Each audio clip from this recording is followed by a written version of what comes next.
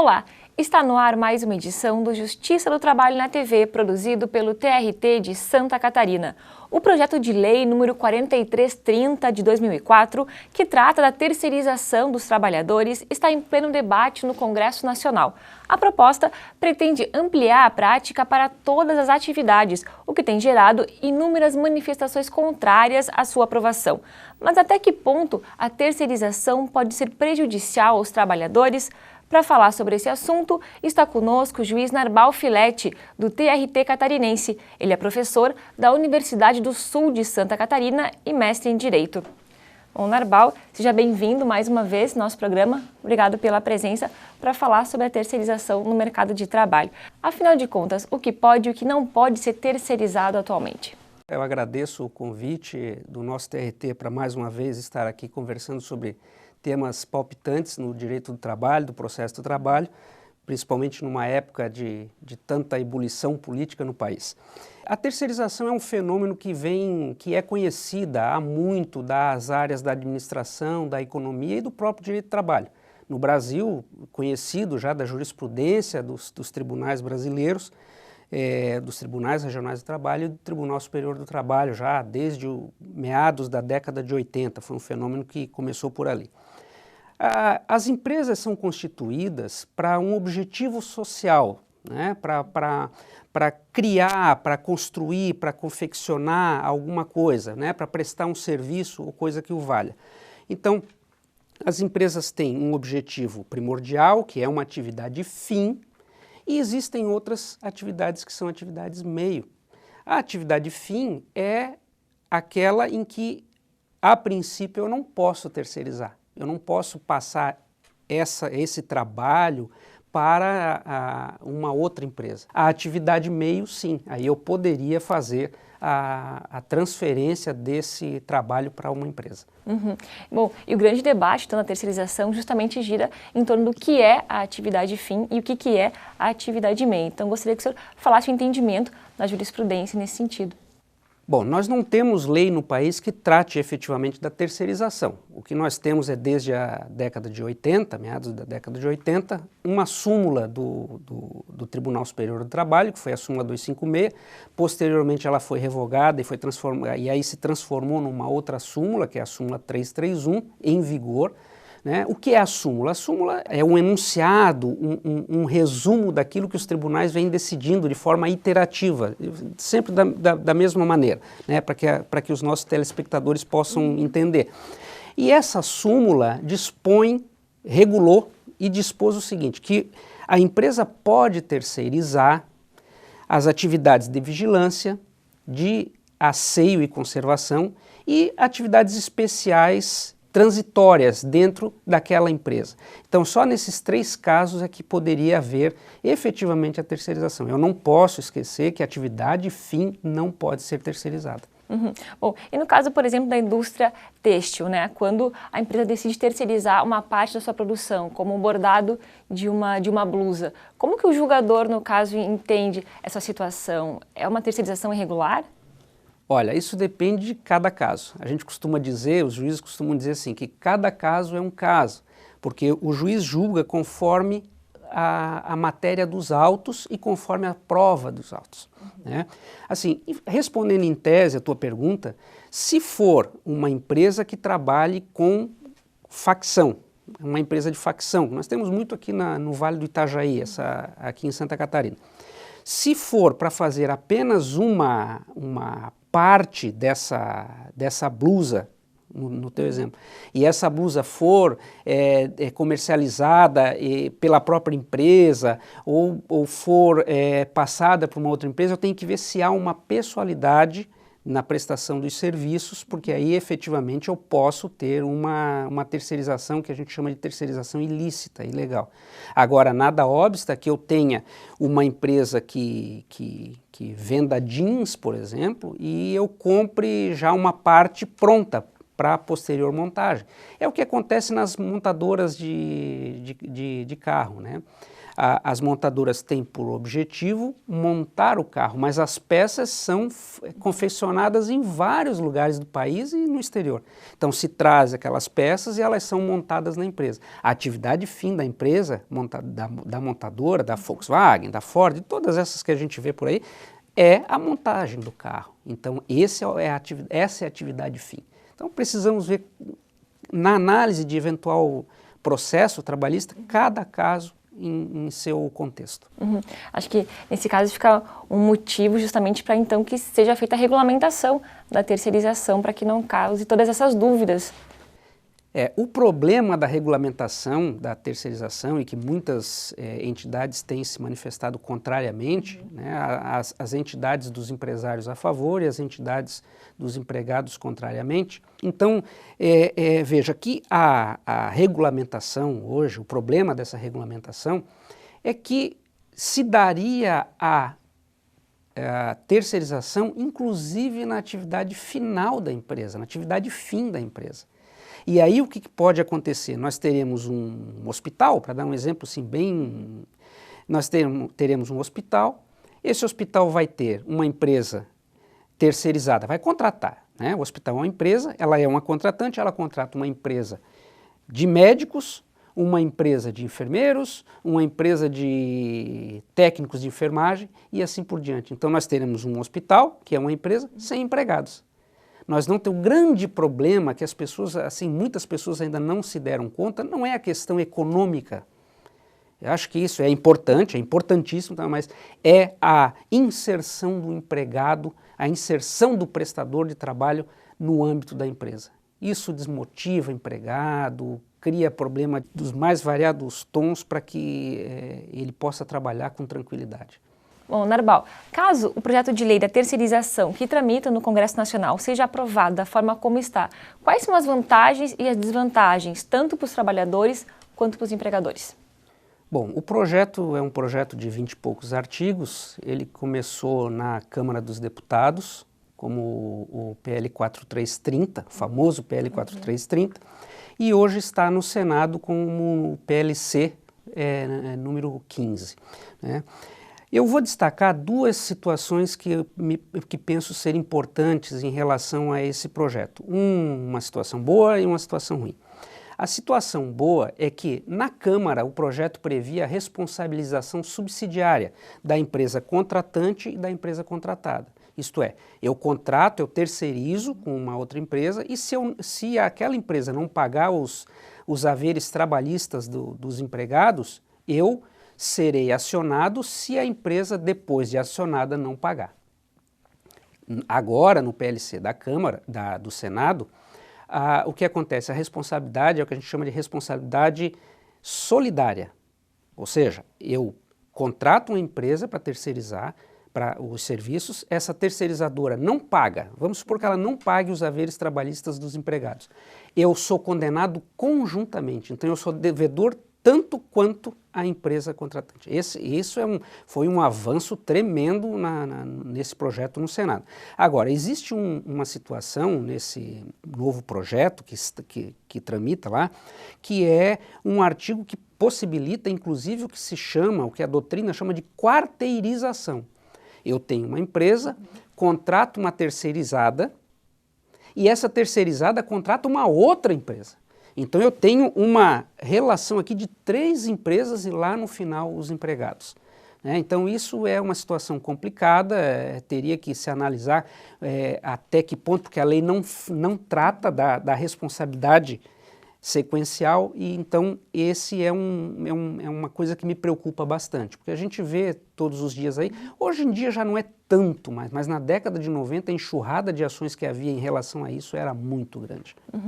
O senhor fala e levanta duas questões, né? Uma que acontece hoje com muita frequência, que são empresas que abrem, né, acabam mandando embora os seus trabalhadores e somem, depois fecham as portas sem deixar lastro e não pagam os trabalhadores, 13º, férias, então acaba gerando realmente um problema para a Justiça do Trabalho, né?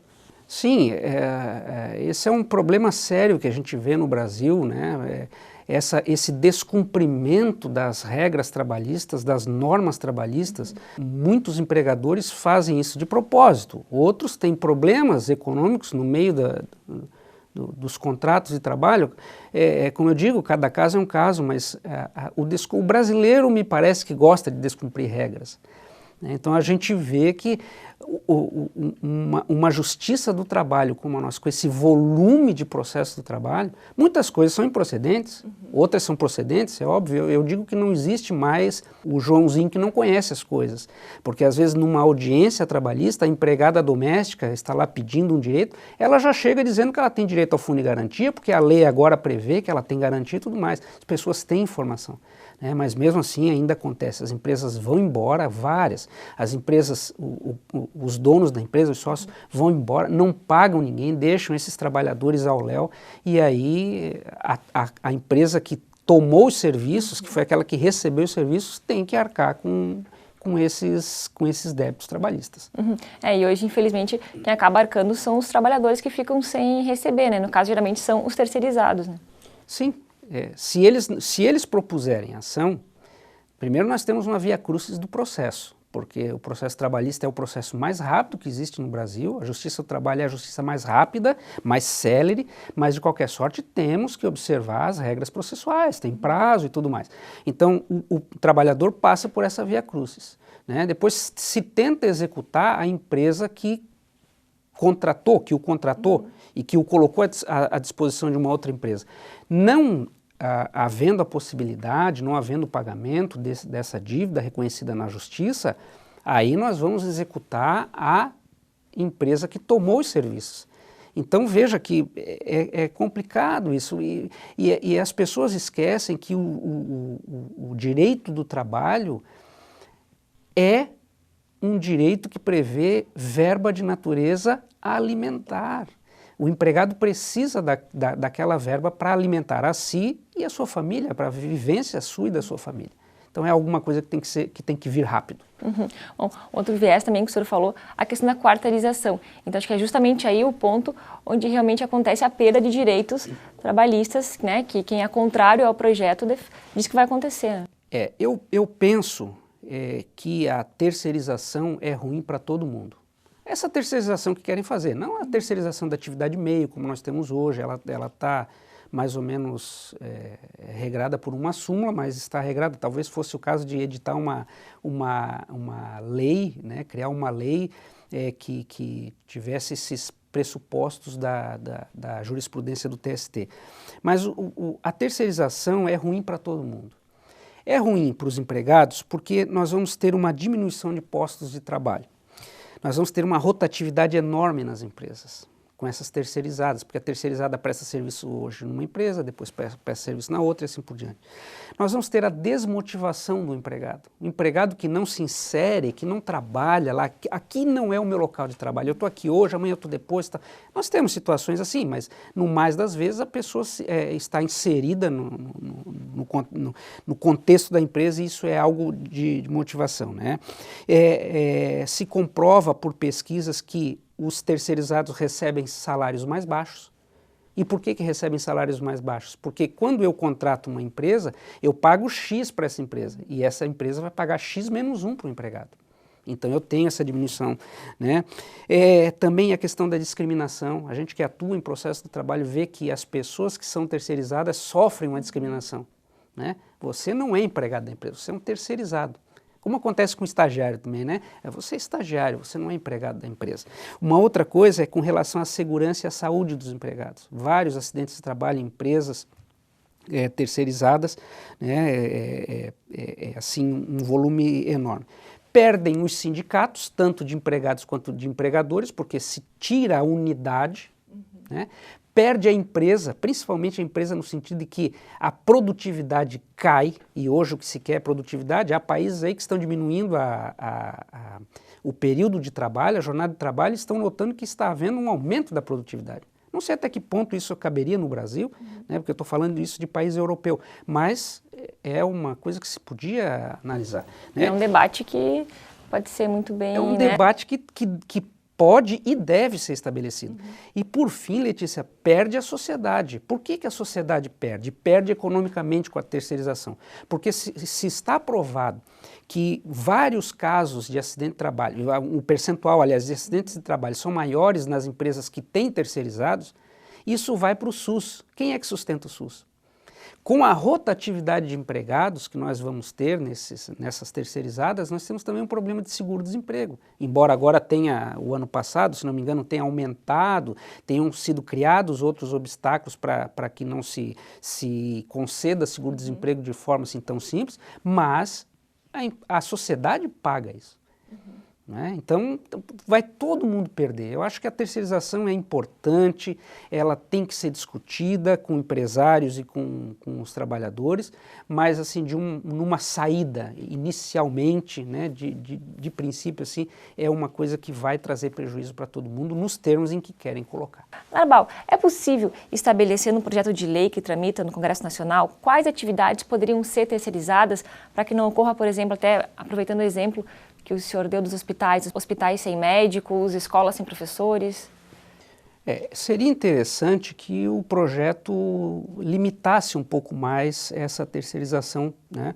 Já que, assim, se fosse um momento que efetivamente se vai aprovar esse projeto, que houvesse uma limitação, porque nós vamos chegar naquela situação de escola sem professor, hospital sem médico, construtora sem pedreiro e assim por diante. O projeto abriu muito a questão da atividade meio, que o grande problema aqui, Letícia, é a atividade meio, é estabelecer o que é atividade meio e atividade fim, né? O que o projeto fez? O projeto abriu a atividade fim para a terceirização da atividade fim. Então, se nós tivéssemos uma limitação, já seria uma boa coisa. Agora, eu penso como magistrado, como cidadão, como alguém que conhece um pouco as relações de trabalho, a vivência diária no foro, é de que deveria sim ter a legislação, mas permitindo a atividade meio, não a atividade fim. Bom, eu queria retomar um pouquinho a questão que a gente falou no bloco anterior sobre a representação sindical, né? Se aprovado o PL da forma como está, quem é que vai representar o trabalhador terceirizado? O projeto de lei dispõe que os trabalhadores serão representados pelos sindicatos das suas categorias. Então nós vamos ter, vou dar um exemplo de uma escola em que nós temos um sindicato dos professores, administradores escolares e assim por diante, nós vamos ter um sindicato que vai reger os professores, um sindicato dos auxiliares, um sindicato de outras categorias dentro da escola. Quer dizer, o que acontece? Há uma fissura nesse relacionamento e, portanto, uma diminuição da representatividade perante a empresa. Porque, claro, se essa terceirizada fornece professores para a empresa, para o colégio A, para a escola B, para a universidade C, ela vai abrigar todos esses professores, mas de qualquer forma, em relação à empresa, ao empreendimento da escola A, da escola B, da escola C, vai enfraquecer.